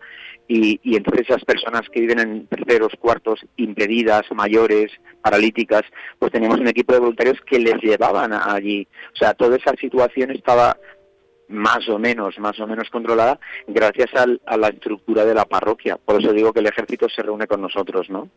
Y entonces ahí uno se da cuenta de la importancia de ese trabajo que parece anónimo, que no cuenta, que no importa, pero que al final es algo que está ahí y que en momentos como este se nota. Por lo que digo, porque las personas que estaban allí de voluntarias también eran personas afectadas y dejaron sus propias casas. Nosotros también dejamos la reconstrucción de la parroquia para lo último, para poder estar al servicio de los demás. Muchos de los voluntarios que llegaban de tantísimos sitios nos decían lo mismo. Hemos visto un rostro nuevo a la Iglesia, y yo les decía, es nuevo para vosotros, pero ese es el rostro que siempre está. Lo que pasa es que esa experiencia límite de la Dana lo que permitió fue quitar prejuicios de las personas y ver con claridad que en realidad la parroquia es un grupo de personas como cualquier otra, con sus deficiencias y sus virtudes, pero que al final tienen un deseo de entrega en gracias a la fe, como los mismos militares al llegar después del 5.º día nos lo reconocieron. Nos decían, ¿cómo podéis aguantar? Porque algunos lloraban por el nivel de devastación que había en el pueblo, ¿no? Y nosotros le decíamos, pues podemos aguantar por Jesús, es la fe. Y la verdad es que toda esa experiencia ha abierto el corazón y la mente de muchas personas. Y después de esto que nos ha contado, me viene a colación preguntarle que más allá de la reconstrucción material, para la que aún queda muchísimo, ¿cómo se reconstruye el alma de un pueblo tras una riada, tras una dana así? Es un trabajo muy complejo porque además, por supuesto, de las pérdidas humanas, las personas que se han enfrentado a las pérdidas son el pueblo, se ha notado muchísimo a la hora de cuando hemos retomado alguna procesión, etcétera, muchas casas cerradas, eso provoca mucha tristeza realmente. Y además de eso, pues todas las pérdidas, por supuesto las más importantes las humanas, pero que el duelo se extiende a todo lo que es tu historia, ¿no? Porque, claro, la mayoría de las personas afectadas, tanto como las fallecidas y afectadas también, pues son personas mayores porque vivían en plantas bajas. Entonces, las personas mayores que han sobrevivido, ellas no han perdido su casa y las cosas, lo que han perdido es toda su historia. Entonces, una vez se recuperan más o menos las viviendas, se puede retornar a las casas, que eso ya fue un gran trabajo. Después se enfrentan a un duelo muy grande porque se le ha ido todos sus recuerdos de un plumazo. Y los recuerdos es una cosa muy importante para las personas mayores porque ofrece un sostén, ¿no? de sentido, ¿no? Entonces, ahora evidentemente es cuando empieza a aflorar todo ese duelo, que eso, evidentemente, esas cicatrices van a permanecer por mucho más tiempo. Claro que sí. Padre Salvador, si tuviera delante a todos los que sufrieron en Paiporta y en tantas otras zonas afectadas, ¿qué palabras de esperanza les regalaría en un día como hoy? Pues dos cosas. Una, a mí la experiencia de la dana me hizo caer más todavía en la cuenta de que mientras estemos aquí tenemos que buscar al Señor, ¿no? Y en la placa conmemorativa que marca el nivel de donde llegó el agua en la parroquia, quise dejar reflejada una frase que una noche entendí que el Señor puso en mi corazón, de Isaías 55:6, que dice: buscad al Señor mientras se deja encontrar. Porque muchas veces posponemos las cosas, pensamos que tenemos tiempo, pero como Jesús mismo dice, no sabemos el día y la hora, ¿no? Entonces, buscad al Señor mientras se deja encontrar. Y luego lo que yo repetí innumerables veces en las homilías durante todo este año, en recordarles a las personas algo que es real, que no es una frase bonita, que es que para los que lo perdimos todo, para los que lo pierden todo, pero no tienen a Jesús, no tienen nada. Para los que lo perdimos todo, pero tenemos a Jesús, lo tenemos todo. Padre, ¿qué mensaje le gustaría dejar a quienes nos están escuchando, quizá atravesando también sus propias inundaciones personales? Yo creo que siempre hay que evitar los extremos. Es muy importante no olvidar, porque nos ayuda a reconstruir un futuro, a intentar no repetir errores, pero creo que no debemos de caer en el victimismo. Siempre he dicho también desde el principio, porque uno no sabía dónde podría estar mejor, que estamos vivos los que Dios ha querido y se han ido los que Dios ha querido. Y si estamos vivos es por una razón. Entonces, que encaremos este regalo de haber vuelto a nacer realmente, para saber aprovechar la vida en lo que importa, para no dejarse llevar por los miedos, las frustraciones, sino para bendecir al Señor por este regalo que nos hizo el día que nacimos, que es el don de la vida. O sea, que miremos la vida con mucha esperanza y sobre todo lo que nos enseñó esta experiencia de la dana, que no vivamos para nosotros mismos, ¿no? Sino que comprendamos que la felicidad del ser humano aquí en la tierra es reconocerse como hermanos. Don Salvador, le voy a pedir un favor. Quítese por un momento la estola, quítese el alzacuellos. Hablo con Salvador Romero. Y Salvador Romero como hombre, ¿qué sintió cuando salvó vidas, literalmente? Porque me consta que usted ha salvado vidas literalmente. ¿Qué sintió Salvador cuando llega el ejército y se pone en contacto con usted porque están organizados, como bien decía, con gente que también lo estaba pasando mal? Mire, estábamos hablando en la primera hora con Lola, una chica que también fue afectada, pero que es cocinera. Ella es de Alfafar y se fue corriendo a Benetúser a cocinar de caliente porque no había de caliente tampoco. ¿Y qué siente Salvador cuando le ocurre que el cáliz con el corporal no ha sufrido nada durante esos 2 metros de agua que inundaron la parroquia?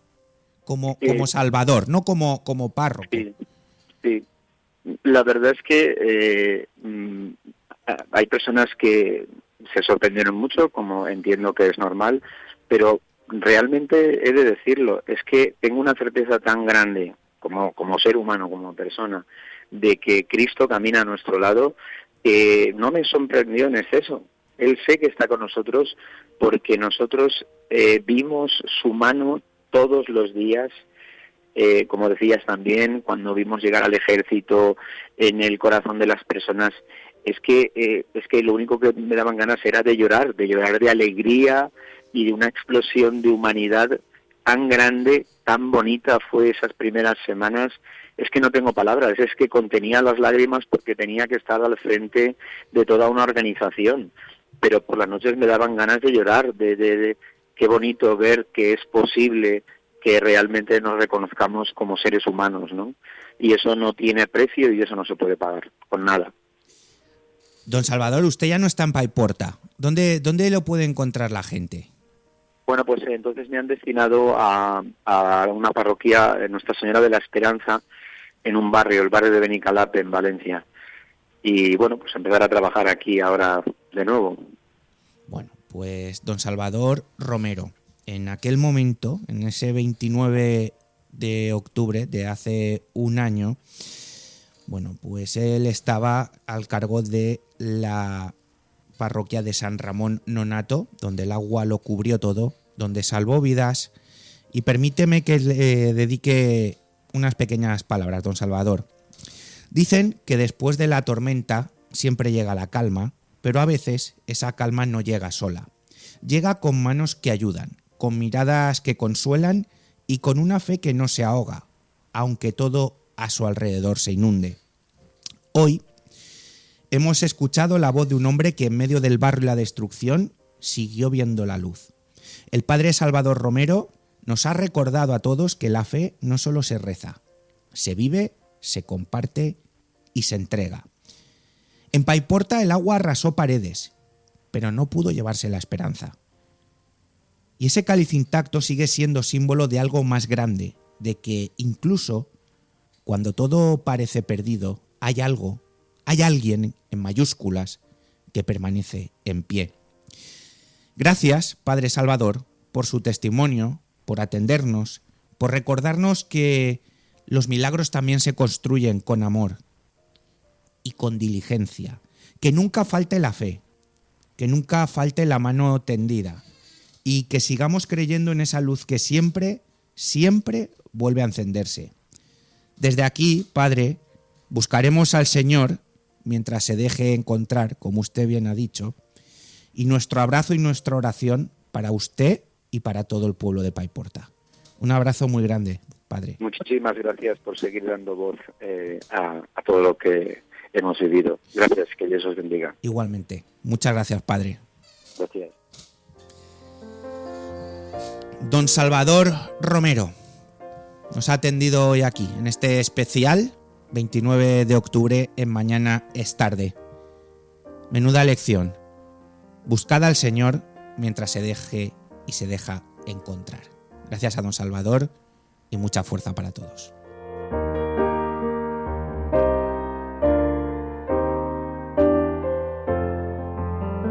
Mañana es Tarde con Juanfran Barberá. ¿Te gustan las bandas sonoras?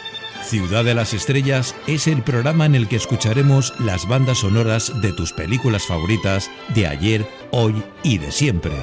Ciudad de las Estrellas, donde las bandas sonoras son las grandes protagonistas. Sábados y domingos a las 10 de la mañana en Radio Intereconomía Valencia. Presenta y dirige Ramón Ferrer.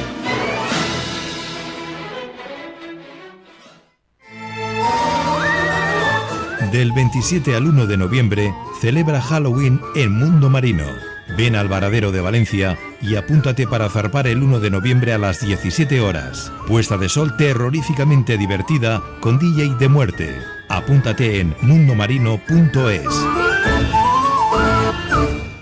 Una escapada en pareja, una aventura en familia y con mascota, una cita de negocios, una quedada con amigos o simplemente porque tú lo vales. Cualquier motivo sirve para sacar tu lado más casual, ponerte en modo viaje y disfrutar de una experiencia tematizada en Casual Hoteles. Hazte bicasual y consigue un 10% de descuento. Casual Hoteles. Elige destino. Elige tu tema. casualhoteles.com. ¿Hay arroces? Y arroces. En Granja Santa Creu disfrutarás del auténtico sabor de los arroces valencianos, elaborados al estilo tradicional con el excelente arroz bomba, rodeado de espléndidos jardines en un entorno tranquilo.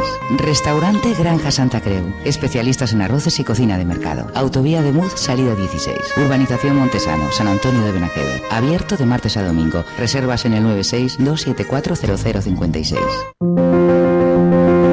La vida sigue su curso, pero cuando llega el momento de despedir a un ser querido, necesitamos un apoyo cercano y comprensivo. Funeraria La Serranía está contigo en este difícil trance, ofreciendo un servicio integral, personalizado y durante las 24 horas del día para que puedas despedirte con tranquilidad.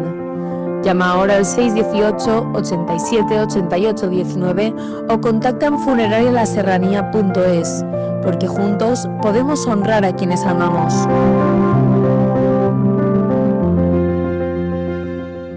Respira, contempla, pasea en Biopark y disfruta las actividades gratuitas en uno de los mejores parques de animales del mundo. Experiencias Biopark. Nemetízate. ¿Tu próximo coche? Descubre los SUV de Evo, completamente equipados, etiqueta eco y un precio sorprendente. Entra en auto-evo.es y emociónate con nuestra gama a partir de 15.900 euros. Evo, pensando en las personas. Precio sujeto a financiación con CA Autobank. Automóviles Nemesio en Torrent. Nemetízate. Nemetízate. Bodegas Vicente Gandía te invita a descubrir el origen de los grandes vinos valencianos en la finca Olla de Cadenas. Sumérgete en una experiencia inolvidable recorriendo sus viñedos en el tren del vino y visitando el Museo Arte de Barrica. Reserva online en olladecadenas.es y descubre la finca Olla de Cadenas de Bodegas Vicente Gandía. Un mundo de sensaciones. Comer y beber. Un lugar al sol donde Chema Ferrer hará posible los sueños de sibaritas, gastrónomos, mamotretos y tragaldabas. Comer y beber. Los jueves de 7 a 8 de la tarde en Radio Intereconomía Valencia. Mañana es tarde. Con Juanfran Barberá.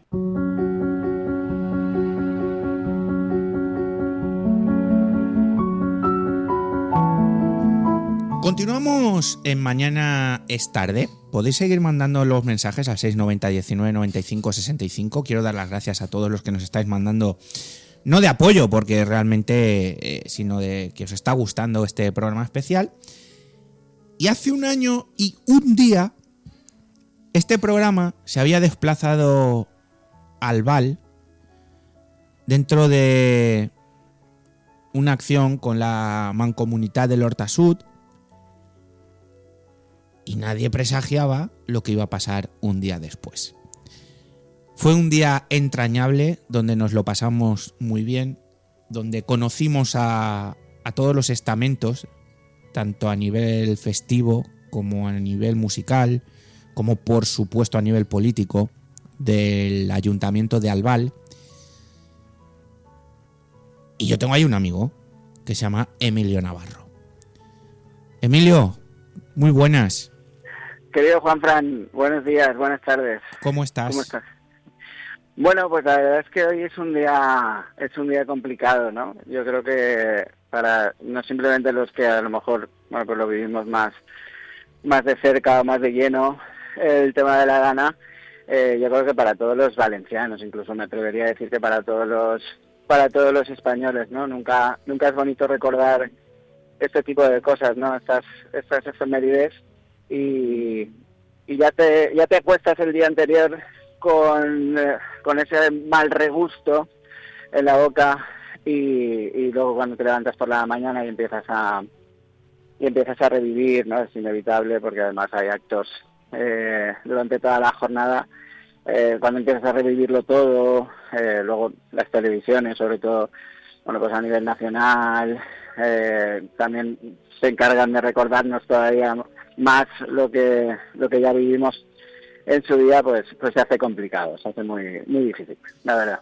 Bueno, no te voy a entretener mucho, pero yo sí que quería, como tú eres una persona positiva por naturaleza, que convives con una familia maravillosa, que tienes una mujer que pese a todo lo que os ocurrió, porque tú has sido damnificado en tu casa se inundó literalmente, que no habéis parado de trabajar, que encima Ana, bueno, y tú que vas con ella, os dedicáis al humor, habéis sacado la mejor de las sonrisas en el peor de los momentos. Y a mí me gustaría preguntarte, Emilio, si te acuerdas de quién fue la primera persona que te ofreció ayuda.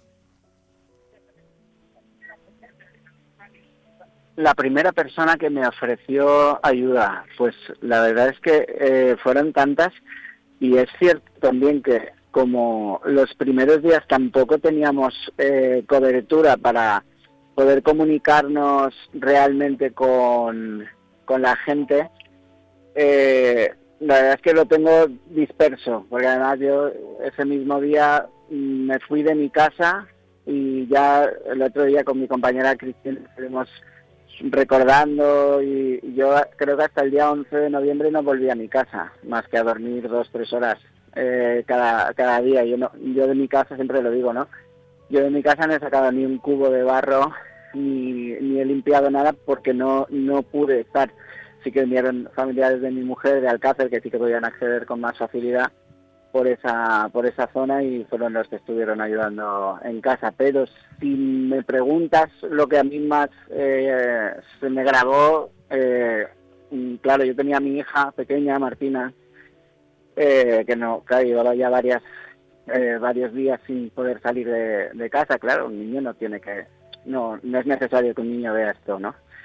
Entonces no queríamos que saliese de casa y entonces un amigo que, bueno, tú lo conoces, a Tony del restaurante Casa Tony de Paterna, que es un buen amigo, vino a montar un comedor solidario aquí al Val, porque pues tiene esa capacidad, ¿no? de trabajo, es un animal incansable y estando aquí me derrumbé y le dije, Tony, por favor, llévate a mi hija.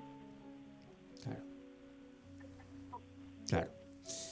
Bueno, pero Emilio... Y se la llevó. Y él se la llevó a Valencia para llevársela a mi madre y fue...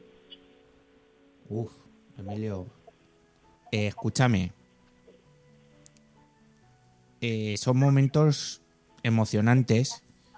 Mira, para que veas lo que es la vida. Acabas de mencionar a Tony lo vi la semana pasada en el concierto de Revolver. Yo aún no había tenido la oportunidad de darle el pésame por el fallecimiento de su madre. Vaya. No te preocupes, Juanfran, si tengo aún mensajes sin contestar, fíjate, para que veamos la calidad humana y la persona que es Tony.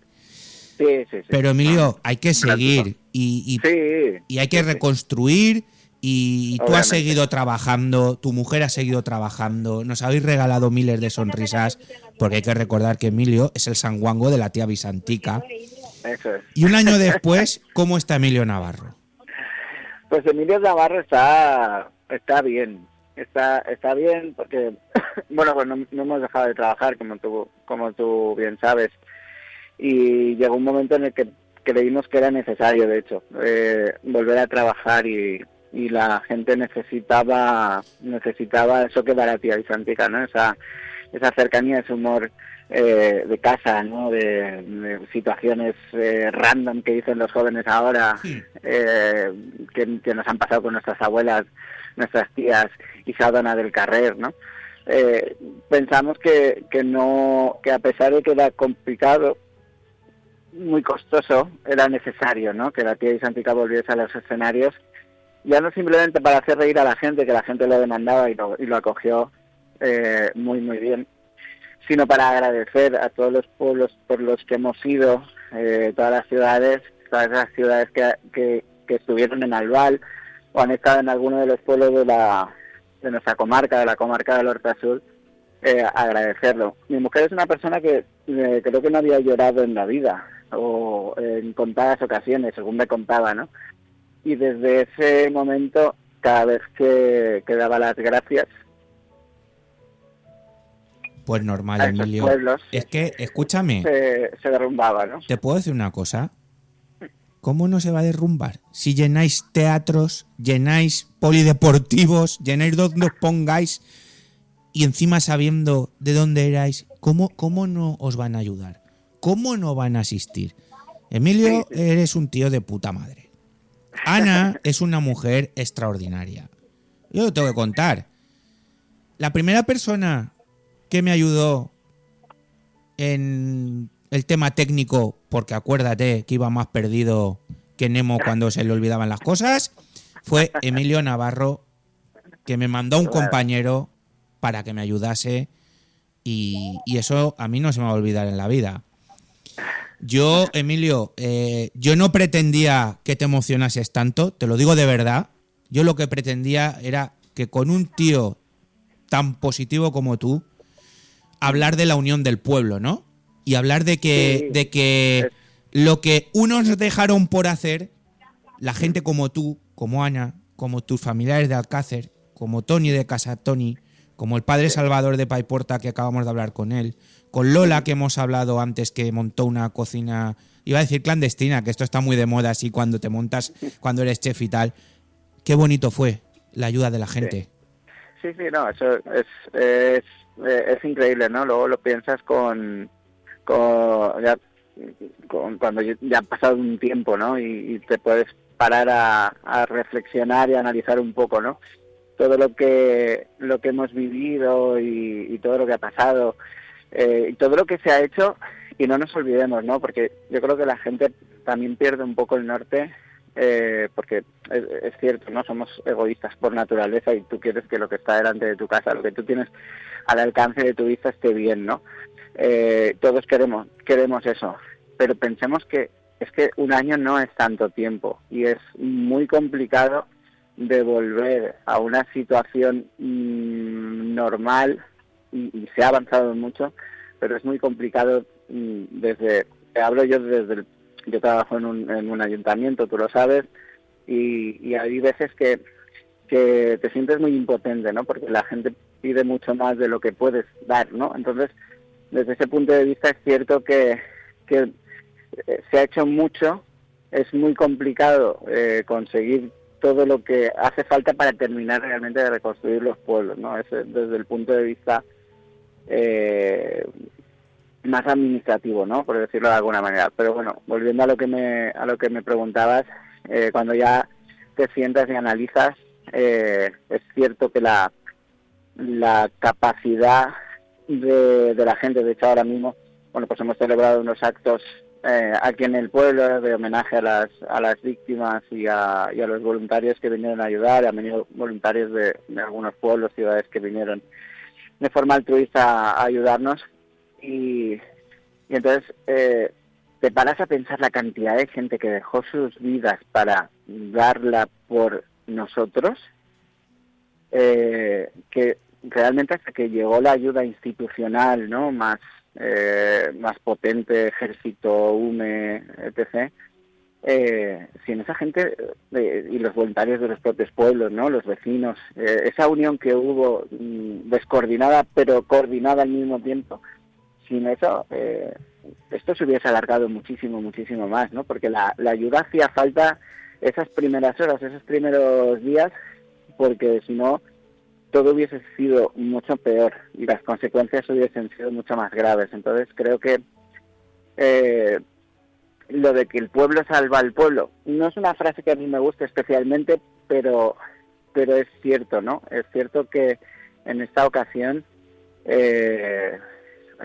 ha sido así, ¿no? Y y el pueblo ha hecho mucho por el pueblo. Ha hecho mucho por el pueblo y ya te digo yo que viviéndolo de primera mano, sin ellos, sin esa unión que ha habido entre personas afectadas y gente que ha venido de fuera a ayudar, esto hubiese sido muchísimo más grave. Las consecuencias hubiesen sido muchísimo más graves. Eso no me cabe duda. Emilio, que a ver si vienes un día por aquí y charlamos tranquilamente de la vida de tus belenes, ¿eh? Sí, cuando quieras. Eres cuando un quieras. belenista. Estoy a tope ahora. Gracias por querer compartir con nosotros tu historia. Gracias por tu emoción. Y gracias porque en medio del agua, del barro y del miedo hubo personas como tú que hoy nos habéis demostrado que el corazón de un pueblo siempre flota. Gracias, Emilio, por recordarnos que la fuerza más grande no viene del cielo, sino de las manos que se ayudan entre sí. Emilio Navarro, un abrazo, amigo. Te quiero mucho. Un beso a Ana. Amigo, lo sabes, de tu parte. Gracias, amigo. Chao. Bueno, pues era Emilio Navarro Visido. Él está trabajando ahora mismo en el Ayuntamiento de Albal y bueno, pues ya te digo, amigo oyente, que hace un año y un día nos estaba haciendo de anfitrión y nos preparó un programa muy, muy, muy especial. Le voy a pedir a Tenea Sastre que hagamos una pequeñita pausa, respiremos y vamos con la recta final. Os contaré una pequeña cosita y acabaremos este programa especial que bueno, para mí está siendo muy, pero que muy emotivo. Espero que para ti también.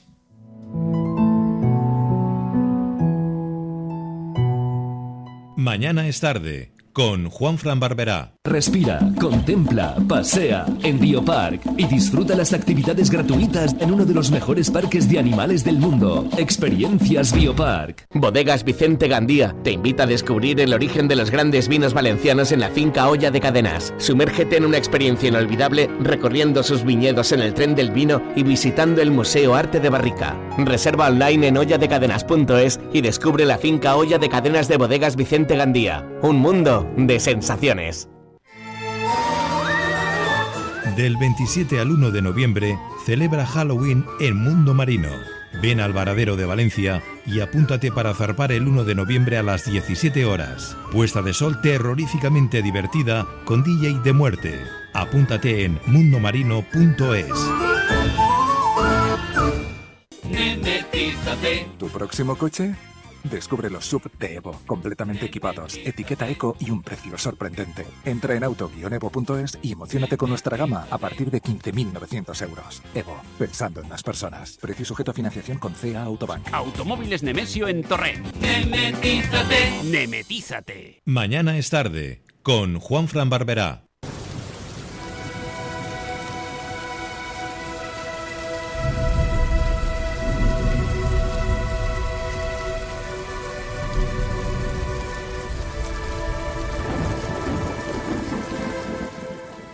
Si estáis viendo el streaming o nos estáis siguiendo a través del TDT, veréis que hemos hecho un cartel especial donde hay una mano con la señera, con los colores de la señera saliendo del barro.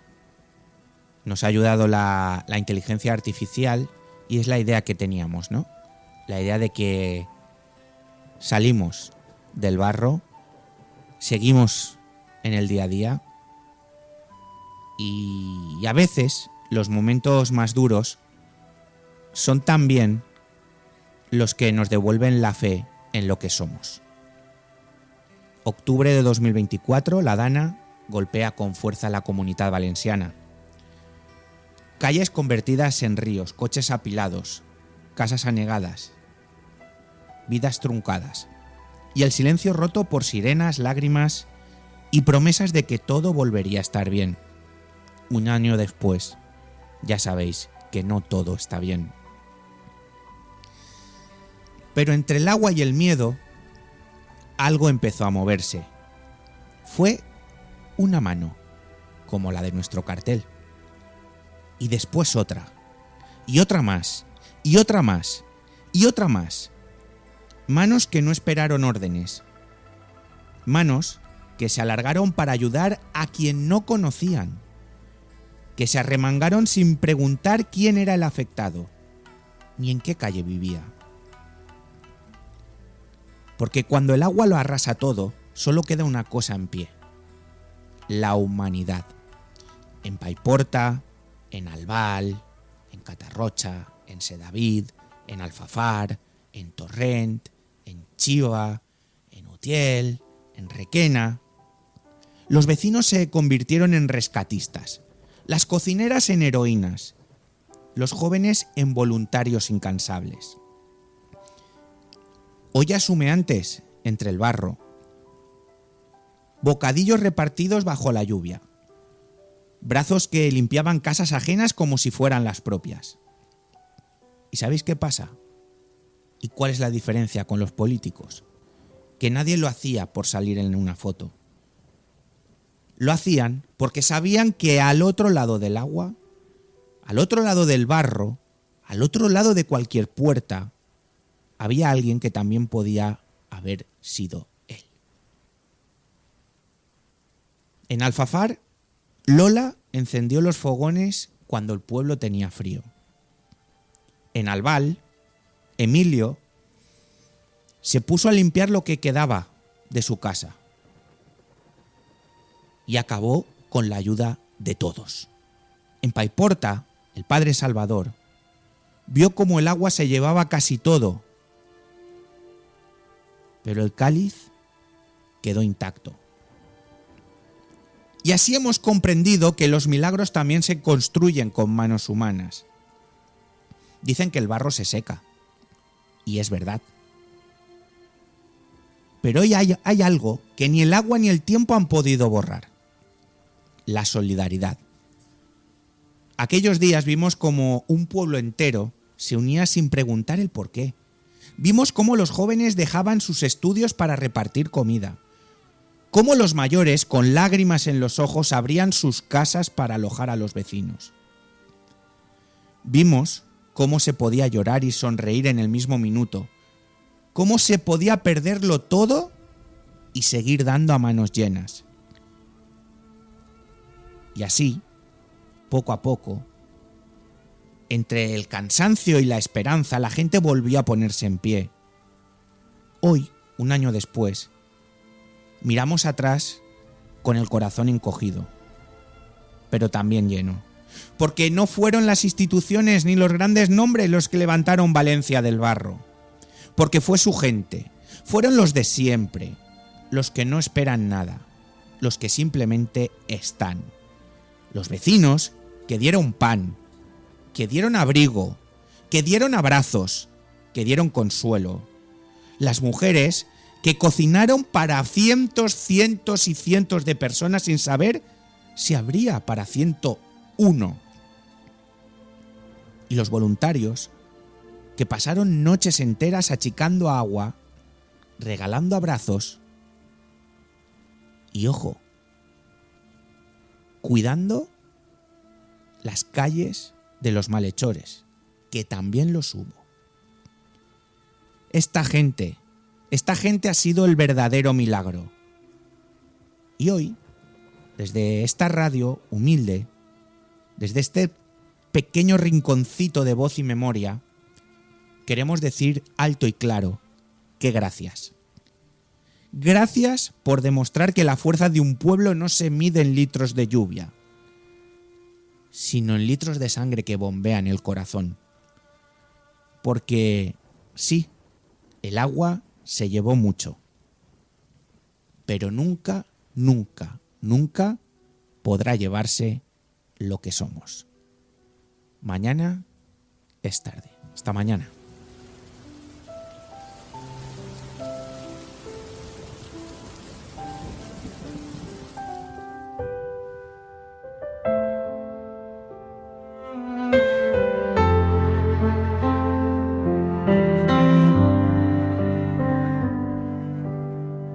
Hace un año el cielo lloró sobre nosotros y el agua quiso borrar nuestros pasos.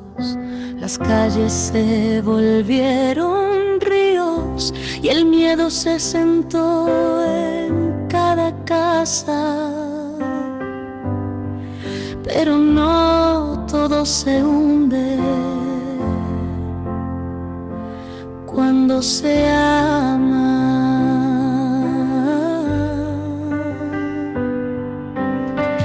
Entre el barro surgieron manos, miradas que no se dejaron vencer, vecinos que se hicieron hermanos y un pueblo que volvió a renacer. Porque el pueblo salvó al pueblo, porque el amor no se ahoga, porque el mejor agua lo lleve todo, la esperanza siempre flota.